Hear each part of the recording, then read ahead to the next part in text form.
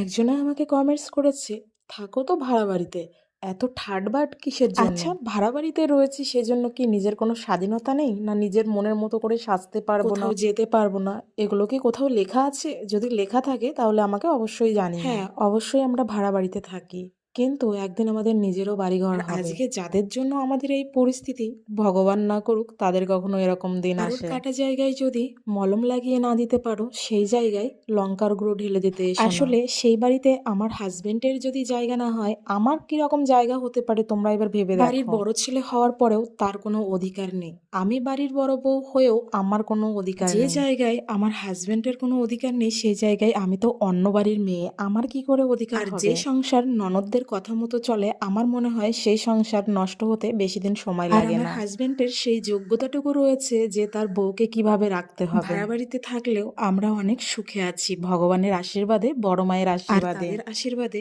একদিন আমার সব কিছু হবে। একটা কথা কি বলতো, আমাদের চামড়ার মুখ তো, আমরা লোককে হুটহাট করে একটা কথা বলে দিতে পারি, কিন্তু কখনো এটা ভাবি না বলার আগে যে সেই মানুষটার কেমন লাগতে পারে এই কথাটা শোনার পর। আমার কথা দিয়েই আমি তোমাদেরকে বলি, আমি কাউকে কিছু বলার আগে অনেকবার ভাবনা চিন্তা করার পরই বলি, কারণ আমি অযথা কারোর সঙ্গে বিতর্কে জড়াতে চাই না। ভাই, আমরা তো নিজেদের মতো করে ভালো আছি, তাহলে তোমাদের তো এত অসুবিধা হওয়ার কোনো কথা না। আর এটা তো প্রথম নয় যে আমরা প্রথমেই ভাড়া বাড়িতে থাকি, আরো আমাদের মতো অনেকেই রয়েছে যারা ভাড়া বাড়িতে থাকে। যে মেয়েটা বিয়ের আগে কোনো কিছুই জানতাম না, রান্নার থেকে শুরু করে হোক আর যে কোনো কাজকর্মেই হোক, আর এখন আমি নিজের সংসারটাকে নিজের মতো করে গুছিয়ে নিতে পেরেছি। অযথা তোমরা এই ধরনের বাজে কমেন্টস করো না।